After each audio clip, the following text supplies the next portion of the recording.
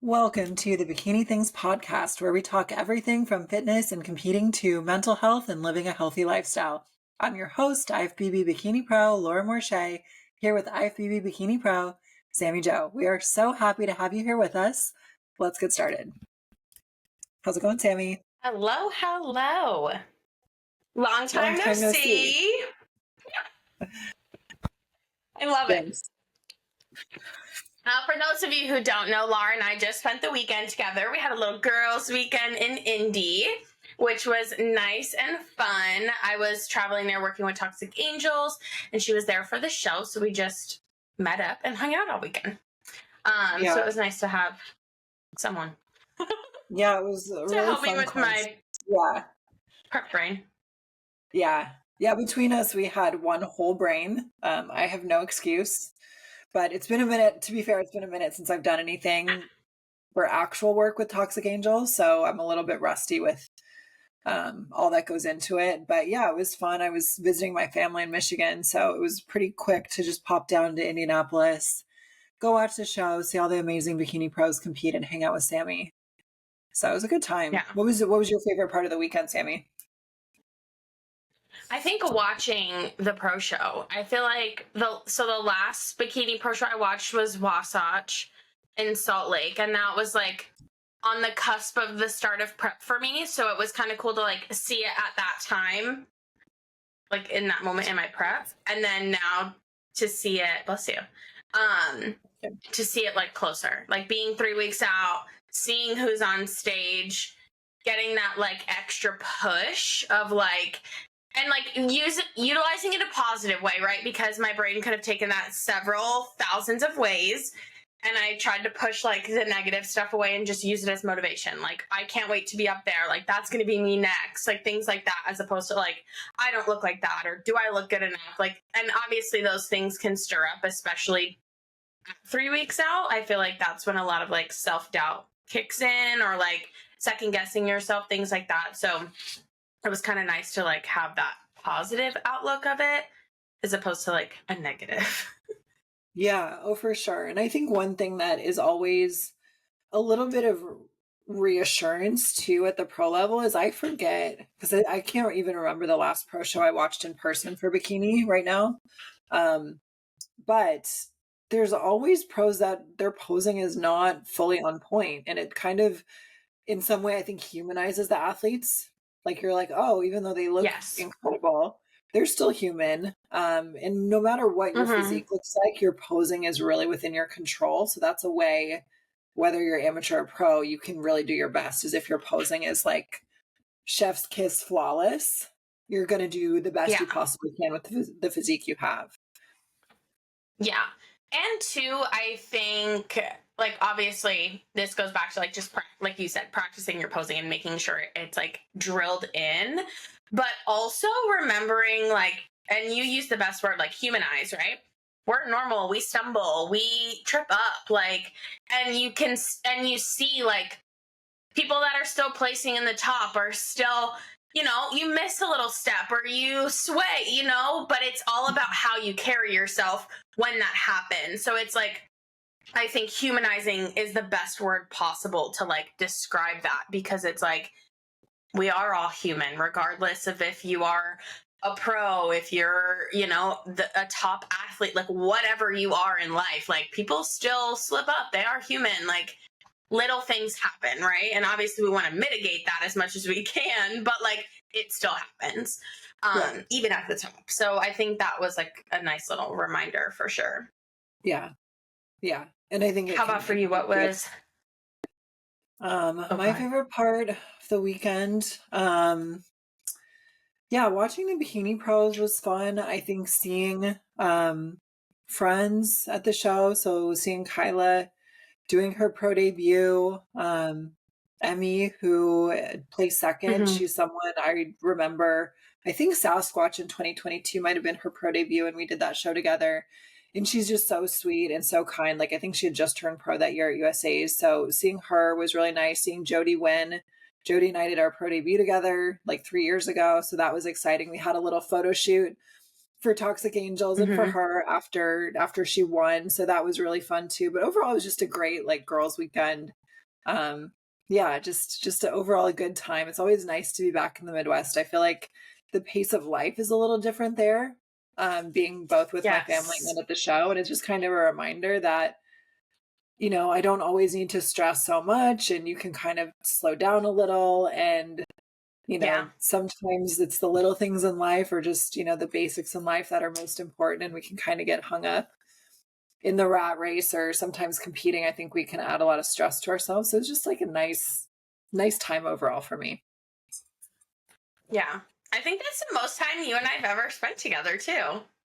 Yeah, I mean, it was basically like a whole weekend sleepover, all I that. love it. So it was a good time. You got through with your Yeah. bags of chicken and your rice cakes, and we had a good shoulder workout too. Our shoulder workout was great, I thought. That shoulder workout will live rent free in my brain. I train shoulders again tomorrow, and I hope my pump is as good as the pump that I had.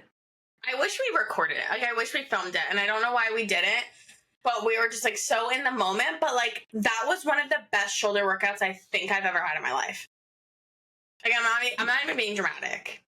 Yeah, I think my takeaway is that we should try to train together more often. I think that was really good.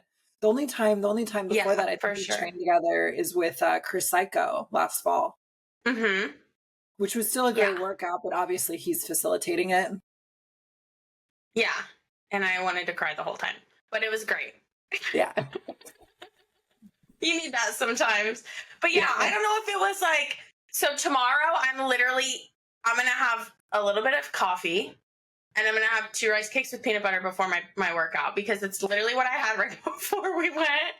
So I don't know if it's the gym, my pre-workout snack, or what, but just the combination was chef's kiss. It was a great pump. Yeah. Well, I think the main takeaway probably, and this is for the listeners too, is like whenever you can have a training partner and you can have someone spotting you on exercises and pushing you and telling you, okay, you got 3 more that you weren't going to do on your own, and helping you through it, you're going to unlock new levels of intensity that you would not have on your own. So a training partner is a huge key for success if you can find that person that their schedule, their strength, their training style really matches up with yours. Like even Sammy, you and I were like even similar in height. So not that we did a lot with equipment, but it's like even someone similar in your height, it's going to make it easy for you guys to switch back and forth. We're similar in strength. So we weren't changing weights very often. Like it was just, it was a great workout. So it makes me think that we need to figure out our commute distance and just have more like hangout sessions so we can do more workouts like that. Yeah, for sure. And I feel like that kind of is definitely a good tip for listeners, because everybody always asks a question like, do I need a trainer? And just to preface, today's podcast, aside from our little catch up here in the beginning, is going to be a full Q&A that we did on our Instagrams. So I know this one isn't on there, but this is a frequently asked question. Do I need a personal trainer when I'm in prep? So one, I would say you should definitely have a coach, right? Someone guiding you in terms of nutrition. But sometimes, your coach can be an in-person trainer and train you in person, or sometimes you just outsource another person for training, whatever the case may be. But if you can afford it, do it.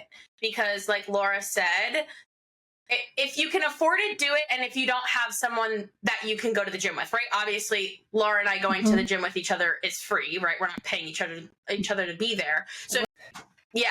So if you don't have an accountability partner or someone that can go with you, and you can afford or set money aside for a trainer, even if you just meet with them maybe 2 to 3 times a week, like that extra little push is going to make the biggest difference. Mm-hmm.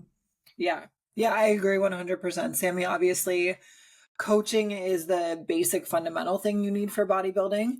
And if you're, and I should say that with a caveat, if you're completely brand new to lifting, maybe get a trainer before you ever even get a coach. Maybe learn how to lift first. But once you know how to lift, or you're progressing, you're becoming an intermediate or an advanced lifter, having a trainer is so well worth it. Like obviously having a trainer or training partner is a free option, but if you can afford a trainer, it is a game changer. I know for me, it was instrumental in me turning pro fairly quickly. Yeah. I know it's been instrumental for like the changes I had from, you know, my prep last year to the year before. It's just you're constantly unlocking new levels of your physique, and having that person that can really push you, and also ideally one that is familiar with bodybuilding. My trainers have always been familiar with bodybuilding, so they can see how I'm looking. They can base their exercise selection off of that. But yeah, huge game changer. So cannot recommend enough. Yeah, for sure. Because I feel like we always baby ourselves in the gym. Like that last, like I can confidently say no one wants to fail in the gym. We have all intention of doing it, but no one wants to get the weight halfway up and then have to put it down. It's a mental thing. And I know that multiple people can attest to that and probably agree with that. So it's like, that's what it is good for, right? It's those extra 2 reps that you do after you don't want to do anymore are the 2 reps that are going to mean the most in terms of building. So, definitely. For sure. So how about before we jump into the Q&A, Sammy, why don't you give us a little update on your prep? How's that going? It's going good. We are officially 3 weeks out. Still shooting for Patriots Pro. Carb cycling's going great. Today's a high carb day, if you can't tell. Yeah, good. So what were the days with over the weekend with the bags of chicken and the rice cakes? Okay. So literally my diet this weekend consisted of chicken and rice cakes with peanut butter. That's it. Yeah. Literally nothing else. So yes, I'm on that type of prep. When I'm at home though, my meals are like, today I posted a full day of eating, and granted it's a high carb day and this weekend I had low carb days. So, but still, like, even when I have low carb days, I eat volume, right? I put lettuce, I put spinach, I put onions, mushrooms, things like that to like fill me up and, you know, make it a lot easier. So I always eat volume, doing like lettuce bowls and things like that. So I was just trying to keep it simple this weekend. So yeah, my day consisted of 3 different bags of chicken and rice cakes with peanut butter. So I was on like the most basic of basic, but I will say, what was that? Saturday after the show, we did go to a restaurant and I got a salad and put my chicken on it, and I got a side of asparagus with no oils, no butter. So it just had like a little bit of flaky salt on top. And it was heaven. I don't think I love the asparagus I make at home, but like that asparagus was so good. It was like meaty and like it's like the steakhouse asparagus. Yeah. Yes. It was delicious. So that was a nice little treat to end the weekend. But yeah, so if you want to see what I eat in a day, check my Instagram out. But yeah, so we're chucking along. It's going good. I've been practicing my posing, been doing the sessions with Jess. So I'm feeling a lot more confident about that. And I can just tell too, like, yesterday was my pro card win anniversary.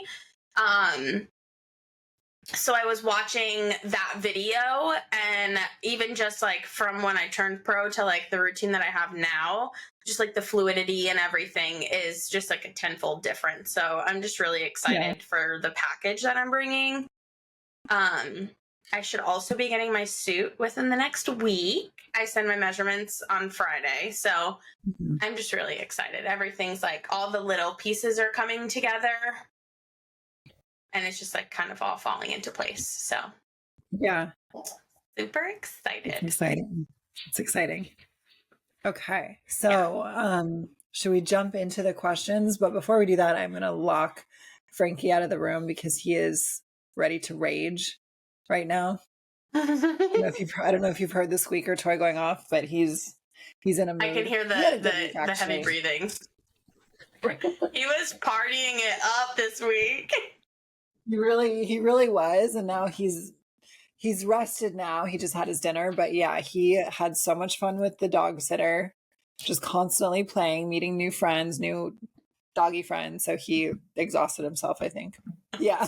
I saw the video of him sleeping on the couch. So funny. Yeah.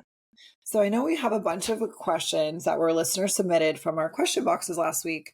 So why don't we do this, Sammy? Why don't we go back and forth? I'm imagining a lot of these questions are going to be duplicates. So we have not seen these. We've not even looked at these. So it'll be kind of a fun little impromptu with the questions that were submitted.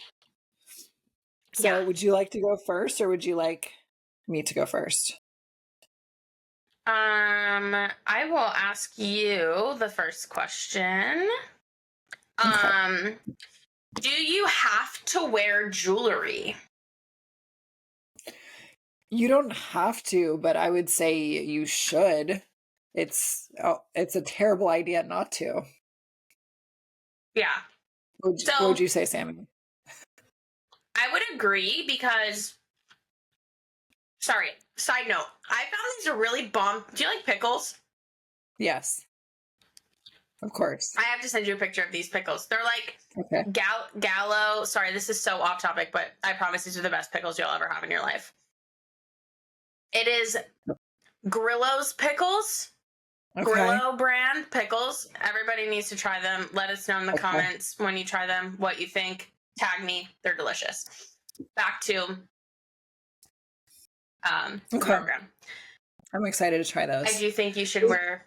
They're so good. They're like sweet and salty. Yum. And do they have sugar in them? No, all zero everything. Okay. But they have like the natural dill seasoning, so I think that's what makes them kind of sweet. Got it. Like the seasoning like sits in this like juice. Okay. Okay. I'm gonna check it out. I love pickles. I'll send you the picture. Yeah. Okay. Yes. Back to the question. What would you say about jewelry, Sammy? Again, it's not mandatory, but I would personally never step on stage without jewelry because think about it. You're not only showing off your physique, but your presence overall, right? So if all you did was step on stage in a bikini and heels with your hair and makeup done, it would kind of feel empty, like you're missing something, right? Like think about going to like a prom or your wedding day or like a big gala event. Like you're gonna put jewelry on to just elevate your presence and your appearance a little bit more. Yeah. So that's kind of what the jewelry does. Yeah, it's a total look, and really competing for women, there is kind of that slight pageant aspect to it, no matter what division you're in. So it just adds that like final polish, like you were saying. So I agree. Yeah. The question I have for you, Sammy, and this is all it says with emojis: so prepping in winter or summer? Oh.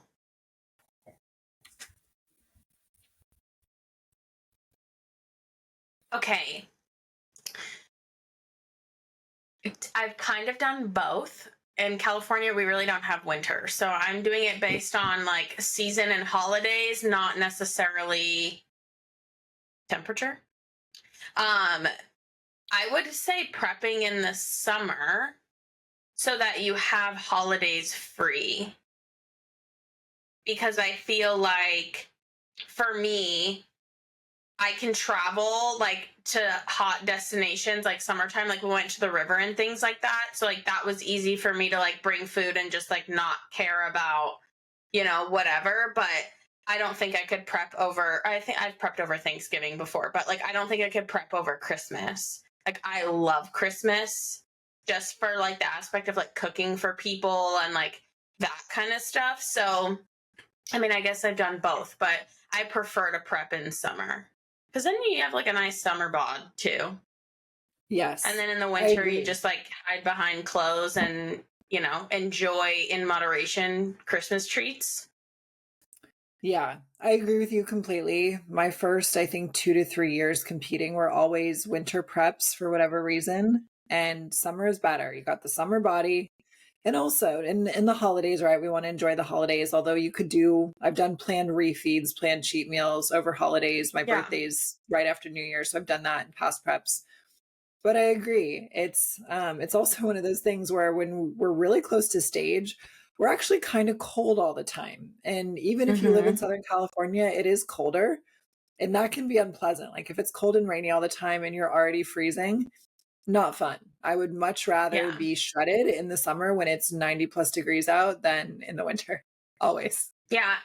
And two, and this thought just popped in my mind, and like I personally have never dealt with this, but I'm sure people do. Like the whole seasonal depression thing, right? Like it's dark, it's gloomy, it's cold. You already like there's times, obviously days in prep where you're already feeling down and like you don't really want to do anything. So I feel like the dark, the gloomy, the cold kind of just adds to that. Whereas like it's summertime right now. So like on my days that I'm like, wow, I don't feel like doing anything, walking outside, the sun is shining, it's hot outside, even just going for like a 5-minute walk, like that just 100% tenfold changes my mood. Whereas if it was the dead middle of winter and it's gloomy outside, I'd probably be even more miserable. You know what I mean?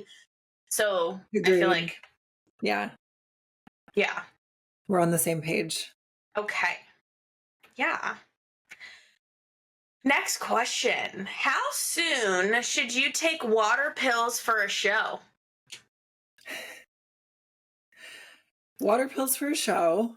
I would say water pills a few days before a show, probably tops. And then if we're talking prescription diuretics, that's going to be like the day before for at least females. So nothing And do you crazy think with it's, those. yeah. Do you think it's mandatory? Like everybody should do that? No. Or, No, your peak is going to be completely dependent on the person and the look. So if you're not holding a lot of water, you don't even necessarily need them. I'm trying to remember. I think last year, all of my shows with Jamie, I think maybe some of them, maybe I took like a little expel, but I don't even remember doing that. I know my first show, Tahoe, I didn't even cut my water. So I'm somebody that when I get lean, I look very dry and I can lose fullness quickly. So yeah, it's going to completely depend on the individual and the look. And it's yeah. safer also, Yeah, I like I 100% don't really agree. think you need prescription diuretics for bikini. Like a lot of times I think coaches throw that at bikini athletes as like a Hail Mary to look leaner. And a lot of times they just make you look flat because they pull so much. So I don't really think they're that great. I think just gentle water pills, dandelion root, things like that are much better than something harsher. Yeah. And also, like, again, highlighting the fact that it's not necessary, it's not required, it's not like it's No. part of everybody's peak week protocol. Um, and just something to be careful about too, especially if you're taking a diuretic and pulling water days before your show. Like I've heard, absolute horror stories about that. Oh So yeah, just make sure.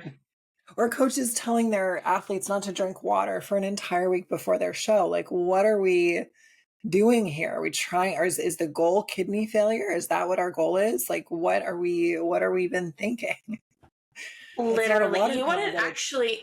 or I had a posing client. Her coach not only told her to not drink water the entire week of peak week, he told her to suck on ice cubes. He also wanted her to start expel water pills 3 weeks before her show, which is just like, is the goal kidney failure? Are we trying to die? Like what? Shut up. Yeah. Yeah. And it's like, I don't want to overstep, but in a situation like that, I'm like, look, drink water this week. If you need to cut down your water, do it the last, day. It's Oh my crazy. goodness. I was Yeah. literally, and this is like to the point of like water pills and cutting water.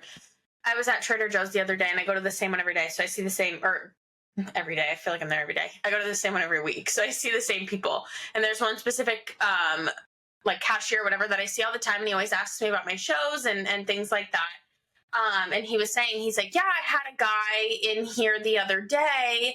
He had a show this weekend, whatever. And he was talking about cutting water. And he was like, what? Like, basically assumed that everybody did it. And I was like, oh no, like, that's not normal. Like, that's not, A, that's not normal. B, that's not okay. Like, see what the heck. Like, I'm like, that's why people have such a bad rap about bodybuilding, is because people do all these extreme crazy shit and then just think that it's the standard and the norm. And like, of course, I mean, I wouldn't want to compete if I thought that's what it was, right? Or that's what it took. So yeah, don't do that. It's not normal and it's not required. Water pills are a great tool to utilize in certain scenarios, and make sure you're utilizing it properly and not abusing it.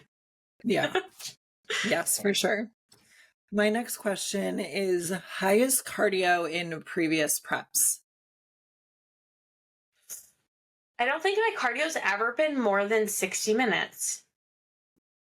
Dang. And I'm very thankful for that. Yeah, that's very solid. I would say mine is around that, although this past year, mine got as high as 75, which was, I was really feeling it. But typically mine would usually be around like 50 minutes to an hour, pretty typical. Mm-hmm. So. Yeah, do you split yours up or do you do it all in one session?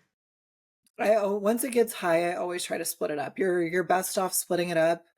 Usually I tell clients around like 40 to 45 minutes, start splitting it up, because your hunger will be lower, your energy will be better, and you'll recover better too if you're kind of splitting it up and not doing so much cardio at once. Particularly for females, this has been well studied. The more cardio a female does, the more her appetite is going to increase. So I tried it just because, for convenience of my schedule, I try to do it all in one. Mm-hmm. And then my day's just like jam-packed after that. So it just really depends on the day, but yeah.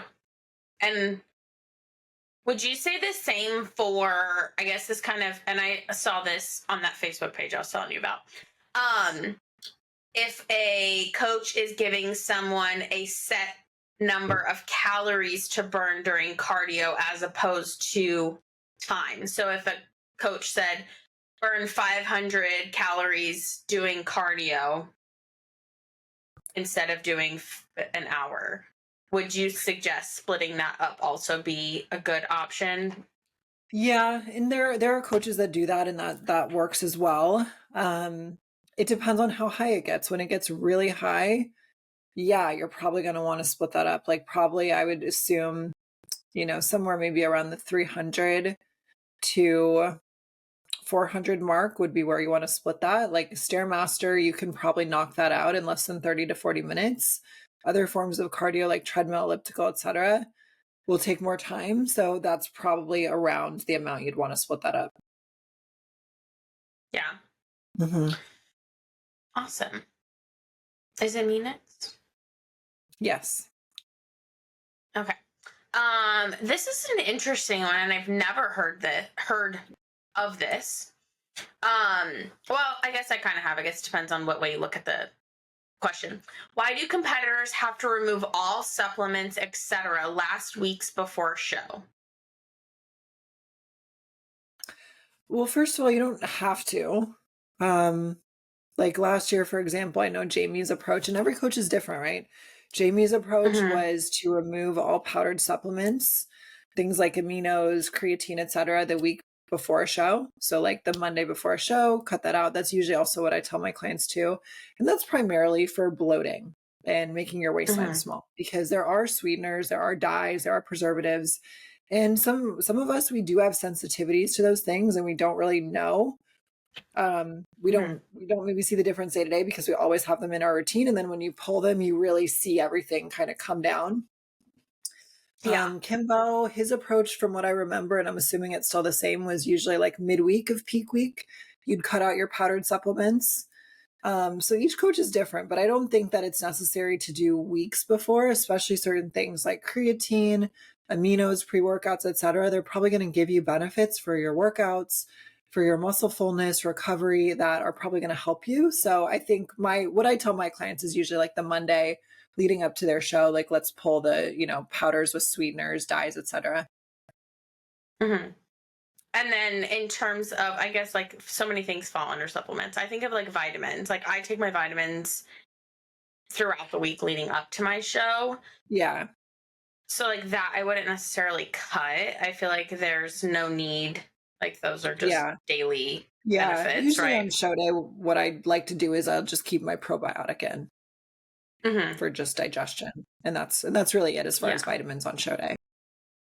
So, yeah, okay. Is How there about anything else? Oh, go ahead. I was just gonna ask the next question. You're good. Okay, go ahead. What is the lowest calories have been in past preps? I feel like I've done carb cycles where I've done no carb days. And like I only got carbs from peanut butter and vegetables. Do you know what your fats and proteins were And on those days? yeah, my fat was at like maybe 150, or no, sorry, my protein was 150 and my I was like, fats were God damn. maybe 35 or 40. I was like, yeah, that Okay, didn't so sound that right. would be So what that'd be a is little that? more than like 900 calories, assuming zero carbs or just trace carbs from maybe about 1,000 calories. Yeah. Yeah. For And me, that was my like lowest. not Oh, consistent. got it. It was like not a consistent thing. It was just like that was like my carb cycle the week leading up before I did my refeed. Okay. Yeah, so that's maybe about a 900 to 1,000 calories. So extreme, Yeah. but it happens. My lowest was my first season as a competitor, my first show. I don't remember the totals, but I was for sure less than 1,000 calories for the few weeks leading up to the show. I think I was probably, I don't know, 700 to 900-ish. It was kind of similar thing, Sammy, where I was doing like, Yeah. I might have been doing carb cycling, but I was definitely doing a lot of no carb days and low calories in general. So I think it was probably about 800, 900 calories tops. Yeah. It was rough. It was rough. Yeah. And Drinking two, it's a like, lot of black coffee during those days. yeah. Yeah. And two, it's like, while we always talk about doing things the healthy way, but sometimes, I wouldn't suggest being at 800 calories all 12 weeks of your prep. There's no need. But the last couple weeks, yeah, maybe you do have to carb cycle and dip down or pull out, the last few stops. So it's like, as a competitor, and I think that was the hardest thing for me because my very first prep, I did not have to do that. So like, I think having those no carb days didn't happen until I was going through my nationals run. And it was like, what the actual fuck? Like, I didn't think I had to do this. Like, I thought this wasn't good for you. Like, and this is why I absolutely love my coach, because I could have that conversation, right? Like, I thought we weren't doing this. Like, what? And in a respectful way, obviously, like, I trust his judgment. I trust why he's doing all of these things. But it's like, hey, I thought we didn't have to do this. Like, why? Like, why are we doing it? To educate me. And it was like, hey, we just got to pull out some stops. Like, I'd rather you come in super dry and then have to feed you into the show, right? Like, refeed you into the show as opposed to, whatever. So again, just remembering that everybody's body's different. Every coach has their own methods, and asking questions. Like, ask your coach questions. If you don't understand why something's happening, you should have a clear and open line of communication with your coach to be able to understand why you're doing what you're doing. It shouldn't just be a, hey, do this, and a, yes, okay, I'll do it. Like, if you're curious as to why you're doing something, ask. Like, you are the one executing the plan. You have the right to ask for clarification or educate yourself in the process. Sure. And at the same time, too, I would say if you know you need to get leaner, the answer is pretty much always going to be more cardio and less food. So, yeah, to some extent, it is what it is like, maybe, if you're surprised by how low your food's getting or how high your cardio is getting, is like maybe take a look back at your off season and how you started the prep too. mm-hmm. And sometimes it is more extreme than is needed. There's a lot of different coaches out there. There's a lot of different approaches, but yeah, it's a good point. Yeah. like that also, like, a great thing of what you just said is like looking at your off season, but also how you've executed your plan for the last couple weeks. Like, understanding too that your coach is the one creating the plan and guiding you, but if you're not executing it to the fullest potential, that could be another reason why your results are not where they're supposed to be or should be, right? Did you slack off on cardio in the beginning? Did you have a couple cheat meals and not tell your coach about it? Things like that. And that kind of goes back to that open line of communication and understanding, while your coach is your guidance, you're the execution. So if you're not actually executing, results aren't just going to come because your coach told you to do it. Results are going to come because you put the work in. Yeah. Or even things like just not doing your cardio or your training with the proper intensity, not even like you're cheating on your plan. But if you're not giving it your full 100% effort, just not doing your cardio intensely enough, not training intensely enough will prevent you from getting as lean as you need to, that alone. So it's not even necessarily cheating on your plan. It's just like, are you truly giving your best to this? Or are you doing your cardio like it's half-assed effort? Yeah. That was your question, right? Sammy? Low calories? Yes. Yeah. I have some good ones. Yeah, I've got a lot of questions actually. Okay, I like this next question because I feel like this is something people don't talk about a lot. Zero sex drive, interest, or arousal during prep. Is this normal? 100%. Close to a show? Absolutely. And not just for women, for men too. For men as well. Yes. They lose it too. Yeah. And as someone who I am married, right? I have a husband. He understands bodybuilding and I am very grateful for that. But a lot of people are, with somebody, have a significant other who aren't as familiar with the industry, who aren't as familiar with these side effects. I guess you can call that a side effect, right? Like something that occurs, during a prep. And even as like a first time competitor, again, this isn't something that's talked about a lot. So you don't know to expect it, but you're tired, you're hungry. The last thing most people are thinking about in that moment is intimacy, arousal, things like that. Like your chemical imbalances, like there's just so many different pieces that go into it. And it is definitely something that if you're a first-time competitor, it's good to know. It's also good to forewarn your partner. But you also have to remember, while this is a selfish sport, there also needs to be some type of compromise, right? It's not just about you. So I'm not telling you to, like, I don't know how to word this properly, but like, don't do something you don't want to do if you really don't want to do it, but also think about. Yeah, I think the point that you're making, Sammy, is like, because I've been there, I've been in relationships during prep, like last year I was, and you've got to remember that, you're doing this as an elective thing. And if you lose your sex drive, your partner's needs for physical intimacy don't just go away. So at some point, you've got to be able to communicate with them and understand that they have needs too. And if you're not feeling up for it, that you guys actually talk about that and are on the same page, and maybe at times that means, figuring out a way where you can have good energy and you can be present for your partner in that way. But that can be a source of conflict when people are in prep. If one partner's really exhausted and has lost their drive and one partner's normal and they still want that physical affection, like that can be for sure a point of contention. Yeah.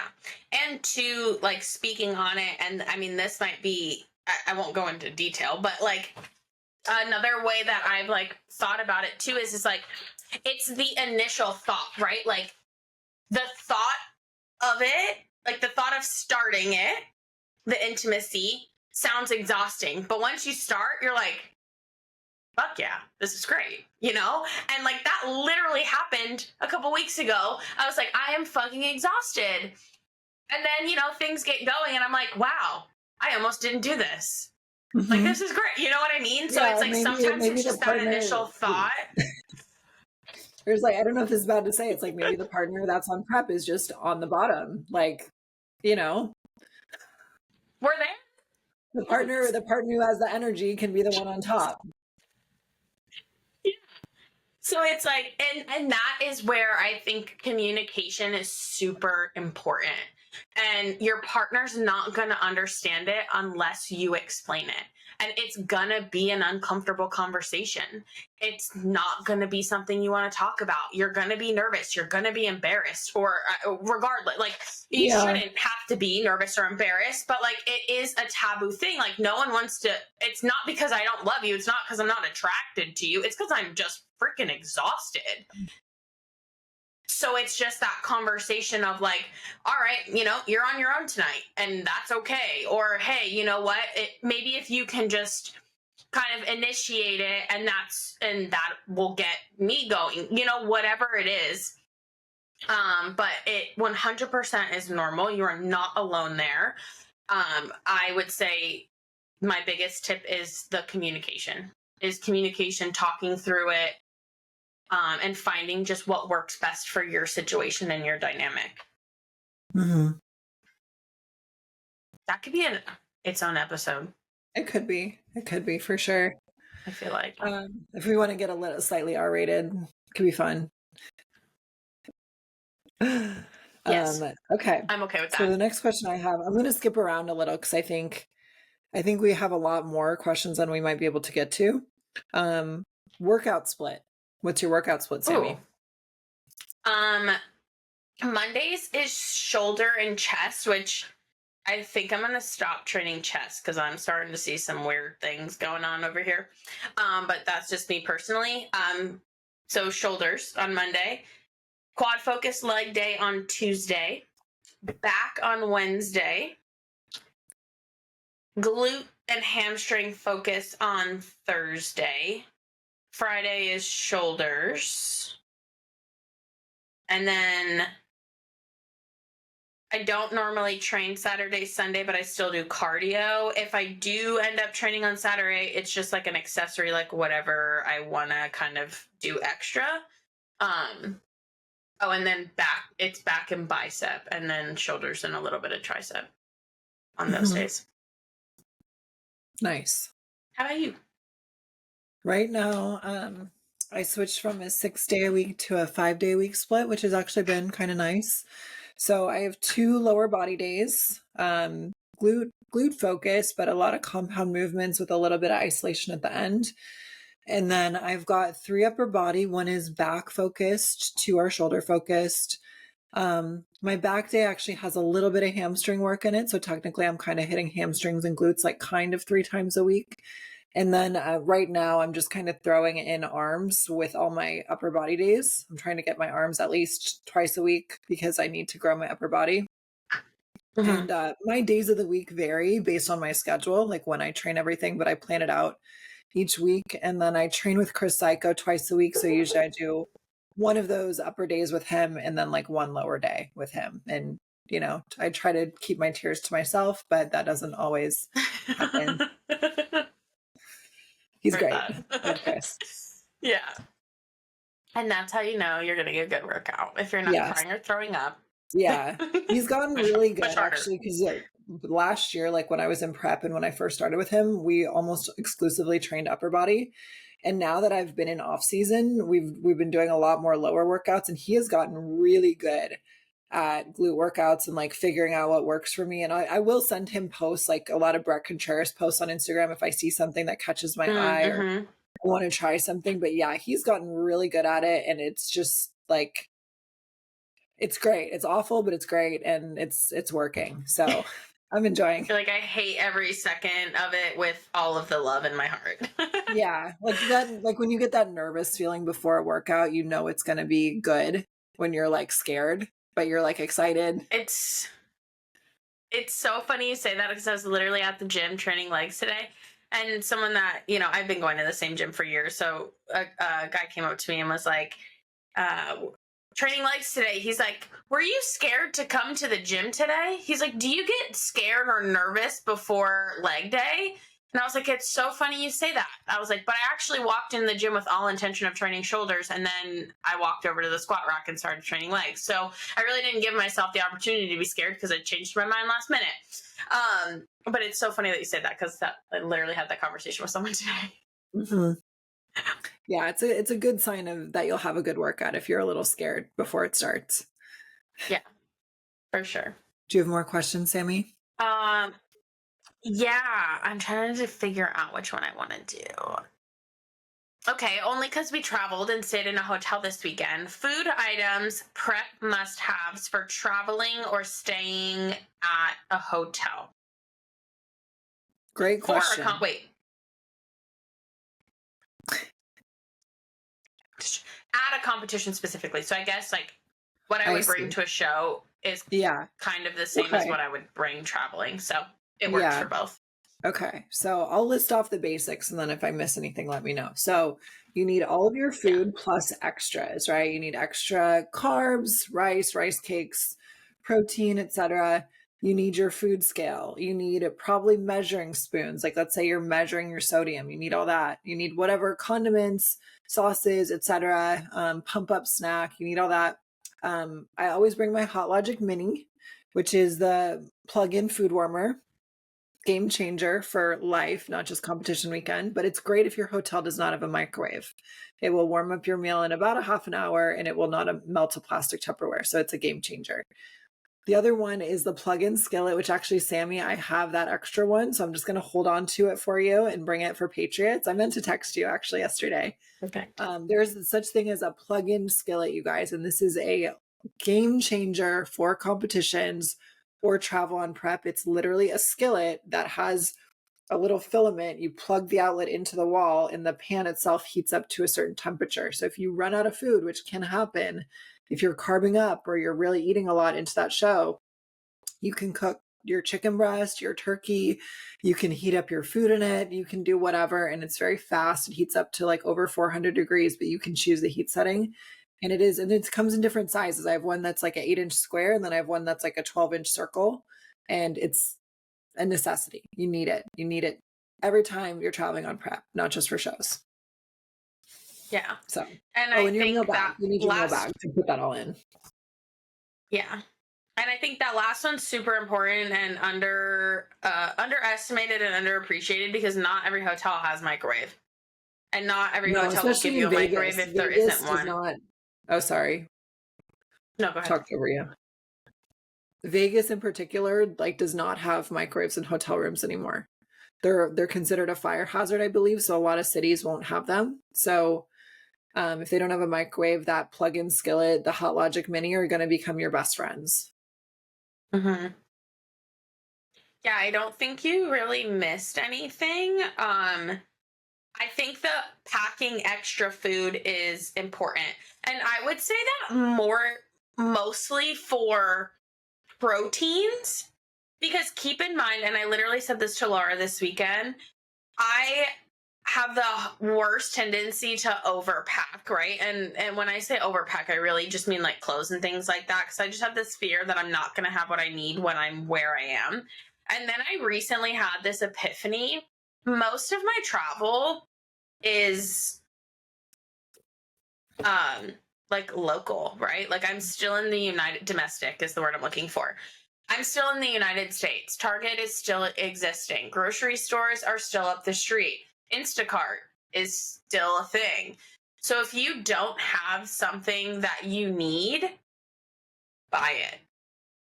Uber to the store. If you can't Instacart for some reason, like you always have, like I would leave my house in fear that I would never have access to anything unless I packed it. And like I would say within the last 6 months, I had this epiphany of like, relax, you're in the United States.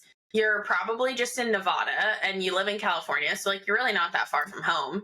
Like you can literally go to the grocery store and buy something that you don't have, right? Target is abundant. They're everywhere. Walmart, everything, whatever you need. Like, just remember that, right? Don't stress yourself out thinking like, oh my gosh, what if I forget something? You go to the store and you buy it. Like, it is that simple. So like, again, try to plan out as best as you can to the best of your ability and buy something if you need it. Or if you run out of it, just know, like, okay, there's a grocery store this many minutes from my hotel.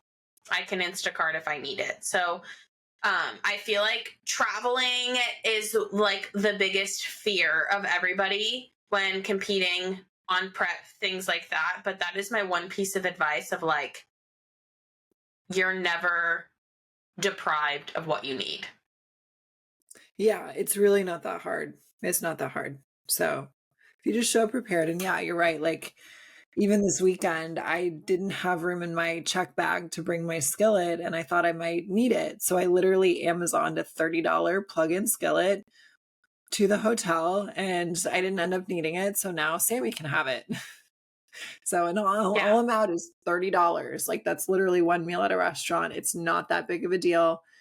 You know, if you're nervous about traveling, talk to your coach for strategies, or you know, listen to this podcast. We've got episodes on that too, but it's not that hard. Yeah. It's not that scary. Yeah. Anymore. Okay. This one is interesting. How many refeeds and or diet breaks do you have had, or plan to have? Well, for my sanity, I don't ever plan to have one. Because if I plan to have one and don't get it, I will literally be so devastated. Yeah. I feel like you can't really plan for a refeed. You can't expect a refeed. I think that is one thing that sucks about social media is, of course, everyone's posting about their refeeds, but just because everybody else is getting one does not mean you get in and out 6 weeks out from your show. I haven't had one this prep. I had one refeed one time, like in the middle of prep. And I got to have Javier's. And if you guys don't know what Javier's is, it's a Mexican restaurant. They have a fajita plate. So it was still like relatively clean. So I basically just had like tortillas and it was like grilled chicken or grilled steak. But yeah, I think I've had like one true like middle of prep refeed, and then I usually just like refeed or like carb up before shows. Mm-hmm. But another thing about refeeds that I don't think a lot of people like understand is it should for the most part be a clean refeed. Remember that you're I don't want to use the word depriving, but I guess that's a good word, right? You're depriving your body of these foods, right? Cheese for the most part, right? Just like these high fats, high processed, things like that. So like if you are having a refeed, be very mindful of what you're refeeding with, because it could probably cause like a stomach ache. Like half the time, like when I'm in prep, I'm like, yeah, you know, In-N-Out would be good right now. But if I ate In-N-Out, I'd probably vomit. Like I'd probably get sick. So it's like, just think about that too. And like, sometimes that's how I think less about food on prep, because I'm like, wow, that sounds great. But if I ate that, I'd probably get sick. Even though that wasn't the question, but partly answered. Yeah, no, that's fair. And how do you... Yeah, it's varied a lot. And you're right, Sammy. Like, first of all, refeeds, they're not owed to you. They're meant to be used as a tool and they can be used for a variety of reasons. There's a lot of coaches out there that will use them for different purposes. Sometimes it's literally because you can tell your athlete's like mentally struggling, and that little bump in food will give them more energy in the gym, more energy overall, and it might help lift their spirits, right? Sometimes it's like you can just tell your athlete's flat, they're super depleted, they need more food. For me, last prep, I did not have a single refeed. I think I went like 18 or 19 weeks of dieting, and then after each show I did back to back. I was allowed to have like a free meal. I would talk about it with Jamie before I would go have it, and typically it would be a steak or like a burger, fries, and salad, like something more simple, like that. When I was with Kimbo, the year I turned pro, I didn't have a lot of refeeds my first 2 years with him. And then in 2020, when I turned pro, I was ready early. So we started he calls them food bumps. Like that's his term for it. But typically it's like steak, salmon, extra portion of rice, maybe extra portion of oatmeal, peanut butter, something that's already on your meal plan.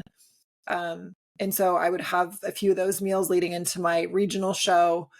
And then USA's where I won my pro card. And then 2021, I was injured that prep. I had sprained my ankle. So that was just that was probably my most off prep I've ever had. And so not a lot of refeeds here and there, but it was just not a great prep, primarily because of that. And then in 2022, when I did pro shows with Kim, I was having a lot of refeeds because I actually got COVID mid prep. And so my show timeline pushed out. Yeah, I got COVID, towards the beginning of my prep. Like I think I started spring of 2022, and my original target was the July shows, like kind of like what you're doing, Sammy. And I got sick with COVID, and I lost about 3 actual days, like just could not do anything. I just slept. I replied to client check-ins, and then I go back to sleep, and that was all I did. And it took about 2 to 3 weeks for me to get my groove back in the gym. And so we pushed my show dates out. And because of that, I was ready early again. So I got a lot of refeed meals leading into those shows because Kim knew that my body is taller and bigger. And when you're tall, you can look flat and lanky and what's the word for it? Oh shoot, it's escaping me, but you can just look smaller really quickly. So he was feeding me a lot in that season, and I was reverse dieting into my shows. My energy was great. And I think that's some of the best placings I've had. Like that year I did beat some Olympians and just had a great season. So if you're ready early and you can refeed and you can reverse diet into shows, that is always the best case scenario. It's hard to do and it's more rare, but that is the best case scenario if possible. Yeah. So yeah. I think the highlight of that is you're not owed a refeed. Yes. Yes. It should be used strategically. This is a fun one, especially after the weekend we had. Most favored suit color this year by the judges and just most popular in general. Great question. It comes and goes just like seen? Fashion. Yeah. Red. And then second would be green. I think more so this year because of Jen Dory winning the Olympia in green, but red is the favorite. I think a lot of people are also heavily inspired by Amy Delgado. She's racked up a number of pro wins. She's a great athlete. She's worn red for several years now, I think since the 2022 Olympia, if I'm not mistaken. So how about you, Sammy? You're a suit stylist with Toxic Angels. What are you seeing? Yeah, definitely a lot of red. Definitely a lot of red and green, 100%. Have been the big ones this year. And you kind of hit it on the head, like Jen Dory's suit specifically, which is really funny because Jen Dory's suit is actually velvet teal with green stones. So it's, of course, I don't have my fabrics up here. Yeah. We can link it. We can link it in the episode description. Yeah. So it's velvet teal fabric. So it's kind of that like blue-green vibe, but the stone selection on it has all green stones. So it comes off more green than it does blue. And I mean, teal is kind of a blue-green color. So, and I would say Amy's suit for sure. So much that there are even pros getting Amy's suit to compete in the pro league too. So like, it just shows that like, I mean, in a good way, right? It's influence, right? People still, even at the pro level, people have inspiration and influence on each other, which is, I think is great. In terms of judges' standards, I personally can't say that a judge, because they see red, is going to choose red. Judges obviously tend to gravitate or always suggest gem tones. So blues, greens, purples, red. That's going to be pretty standard of what they want to see. We definitely have people that venture out from those colors, but that's really just going to depend on skin tone, hair color, your overall appearance, how you carry yourself, things like that. So it's like, seeing women wearing black suits, I feel like that's a lot more popular. Again, not as popular as like the reds and the greens, but a lot more people are doing it. And when people ask me like, can I wear a green or like a black suit on stage, I always say it's like, you can tell by the person's personality. And it's like, are you gonna be confident wearing this suit? is this the suit that you want? First, is your coach approving it? Because that's always going to be my first question if someone says black. But it's like how you wear this suit and what looks best on you is really how you should choose it. But definitely that is most popular and most favored this season. Mm-hmm. Yeah, with black, I always used to say, because it's tricky. Black, and actually I have a comment on pink suits. So black, I always used to say when I did the suit fittings, everyone looks great in black, but on stage, there is this aspect of competing that is like a beauty pageant. And while black is gorgeous, it's not going to help you pop. It's not going to help augment your natural beauty. A beautiful color that goes with your complexion and your hair and your skin tone, all of that is really going to augment your beauty. Black is going to be a lot more neutral. So while there are athletes that can pull it off, namely Liana Gianamore and Alexandria Ross, I was like stuck on her name for a second. Alexandria Ross wear black, but they are both gorgeous women on their own. And I actually think they would probably look even more beautiful if they were to do certain gem tones. So I would be careful with black. That's just my opinion. And the note on pink suits is some judges, I would say particularly, I've spoken with some female judges and they just don't like pink. And there are athletes that wear it. Obviously, Maureen won the Olympia wearing pink. But Maureen also, she has a deeper, more olive skin tone. She's not fair skinned like I am. So some judges may have internal biases towards some of these more rare colors. So a gem tone that goes with your hair color and goes with your complexion is always a smart choice. Yeah, for sure. For what it's worth. Yeah. Yeah. Okay. So the next question I have, and I think this is relevant for both of us, is what is it like for a tall competitor? More challenging? ?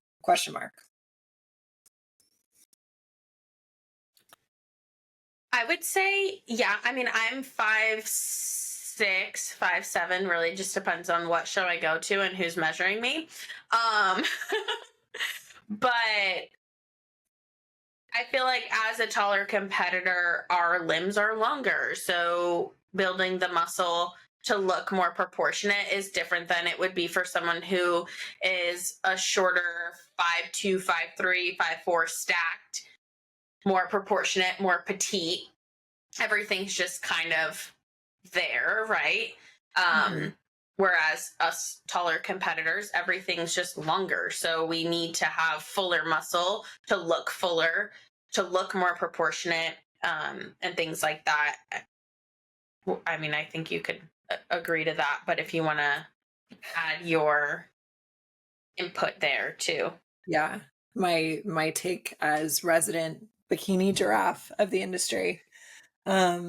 Yeah, it is more of a challenge, I would say, but I genuinely love being tall. I think being tall in general is awesome. There's even studies, Sammy, that indicate that when you're taller, you are more likely to get a promotion at work. People perceive you differently. So I think it's awesome to be tall, but for competing, it is a challenge. And we see that not just in bikini, but also we were talking about this weekend.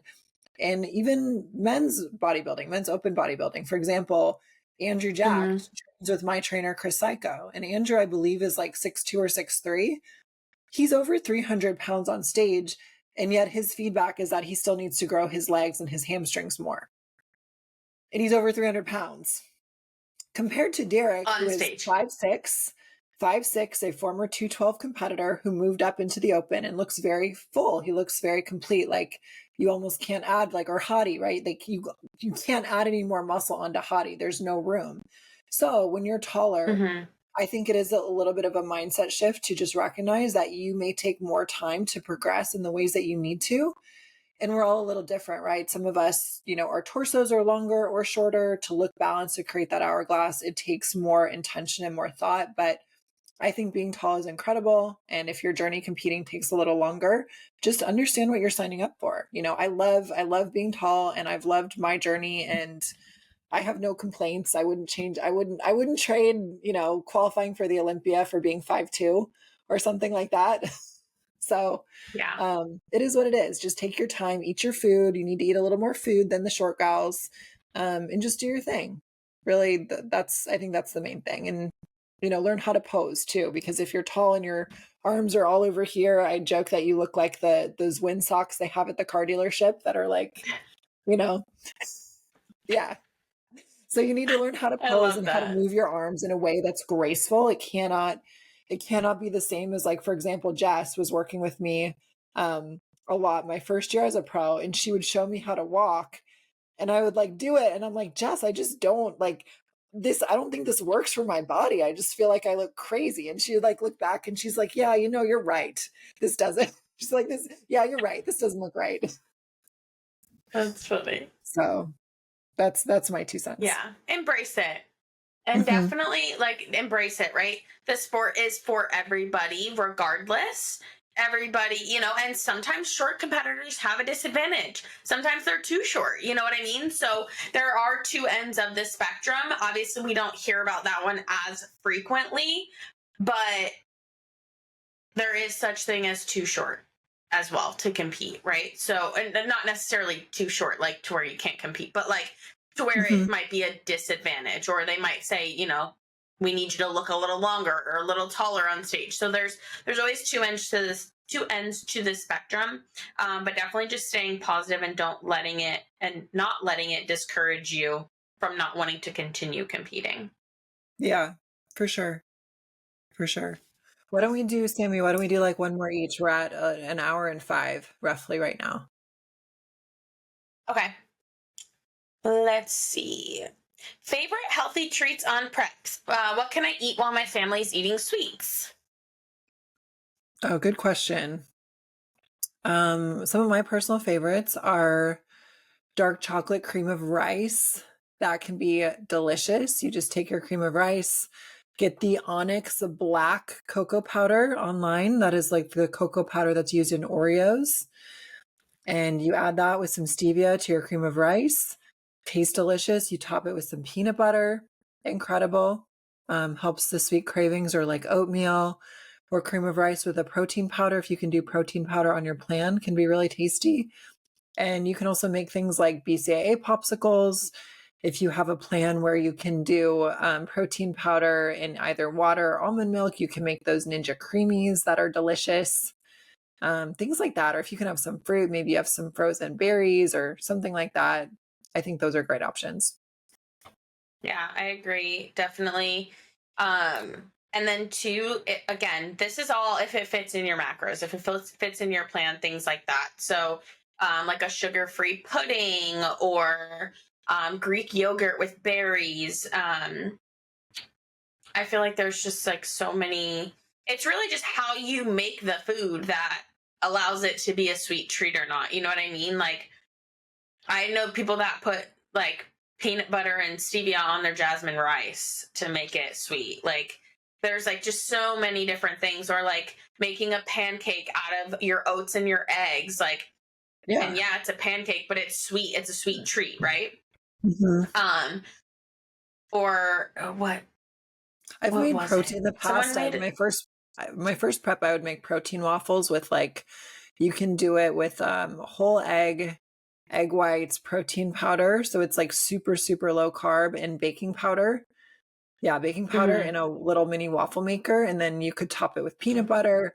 If you are on, say, maybe like a more of a macro based plan where you can do some sugar-free jam, like I used to make peanut butter and jelly protein waffles, because back then I was doing like a macro based So carb good. cycling plan. So Mm-hmm. it just, there's so many ways I think you can be creative. And if you also minimize sugar or sweets or, sugar alcohols and things in your diet, overall your taste buds will also adjust. So what I always notice is after about 2 weeks of prep, I'm such a sweets person. I lose a lot of those cravings. And like I will actually start Mm-hmm. to crave like salty, savory foods in prep. So your taste buds will Yeah. adjust to what you feed them. Yeah, for sure. Oh, Okay. also they have like people have been making like popsicles out of Greek yogurt. You have to dip it in chocolate, so I guess it really just depends on like how far out you are, but Yeah. Let's see. the options are endless. Okay. All right. So for my last question, let's talk about our go-to cardio in prep and off season and our step count. My go-to cardio in prep, I would say probably starting at like the 6-week mark, roughly. I guess it really just depends. Is the stairs. I feel like the stairs is just great, like final stretch, pushing it to the limit, specifically targeting my glutes and my hamstrings, but really just it's probably one of the only machines that I can get a super high heart rate without like extremely exhausting myself and sprinting for an hour. Mm-hmm. In off season, I would say just like an incline treadmill is like ideal. Again, it gets the glutes and hammies, low impact, and just does the job for off season. But stairs for prep is definitely my go-to. And I don't have a step count. I try to personally do like 8 to 10,000 steps a day. Yeah, I'm at 7. Close. But I don't have a specific one like assigned to me. Mm-hmm. Nice. Yeah, I agree. I like both stairs and incline treadmill. In prep, in incline treadmill, I go really hard. Like I will try to keep my incline at about 15, go as fast as I possibly can, power walk up a mountain, because I really do like that as a lower intensity form of cardio that is great for the glute ham tie-in area. And then if I'm feeling like I'm behind on where I need to be conditioning wise, I switch in or mix it up with more stairs. Off season, I rotate between the incline treadmill, stairs, and spin bike that I have in my garage because it's not very much. So I will do more cardio here at the house. And my step count for a long time this off season has been just minimum 8K steps. So I'm pretty consistent with that. I'm walking a lot more just in general. Like I'm more thoughtful about that. So I pretty much am always hitting at least 8K. Yeah. Nice. Alrighty. So one last question, and this, or is that it, or one last one? No, let's do one more. Let's do your question. Okay, I have like a lot more, so we can always do another Q&A episode because I have a lot more. Episode. Yeah, but we got bedtimes and things to do, so we can wrap it up after this one. Okay, this kind of ties in with cardio. Do you use a waist trainer during cardio? If I remember to, I really prioritize my waist trainer during training because I'm trying to make sure that I'm not pushing through my core, especially on lower body days. Cardio, if I am feeling good and want to throw it on before I start my workout, I will. But I'm not specifically wearing it during cardio. What I do like to do is I do like to wear a sweat belt in prep that has the TC1 fat loss gel, or you could do Sweet Sweat, but I think TC1 or Steel Fit is stronger for a little bit of like subcutaneous fat loss, transdermal, fat burning. So that's actually my preference during prep. Yeah, or lipoxyderm too. I forget. I wear lipoxyderm more as a lotion, but you can use lipoxyderm too during the cardio.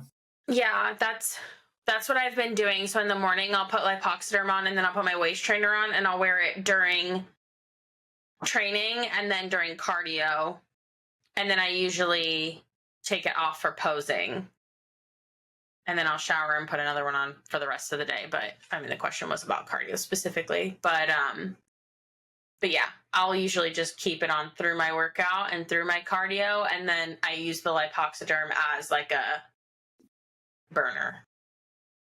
When you do your cardio with lipoxyderm, and I can't believe I haven't tried this yet, I just always wear it as like a lotion religiously, both in off season and prep.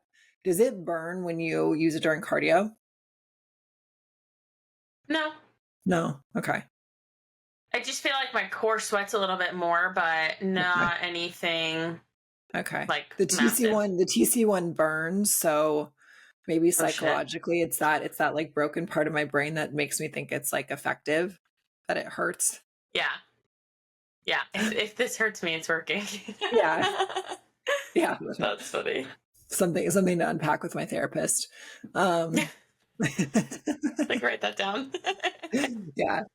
So that is it. I think that's it for our questions. We'll call it here. So Yeah. let's wrap up the episode. This was a fun one. So thank you guys so much for listening. Don't forget to subscribe on YouTube.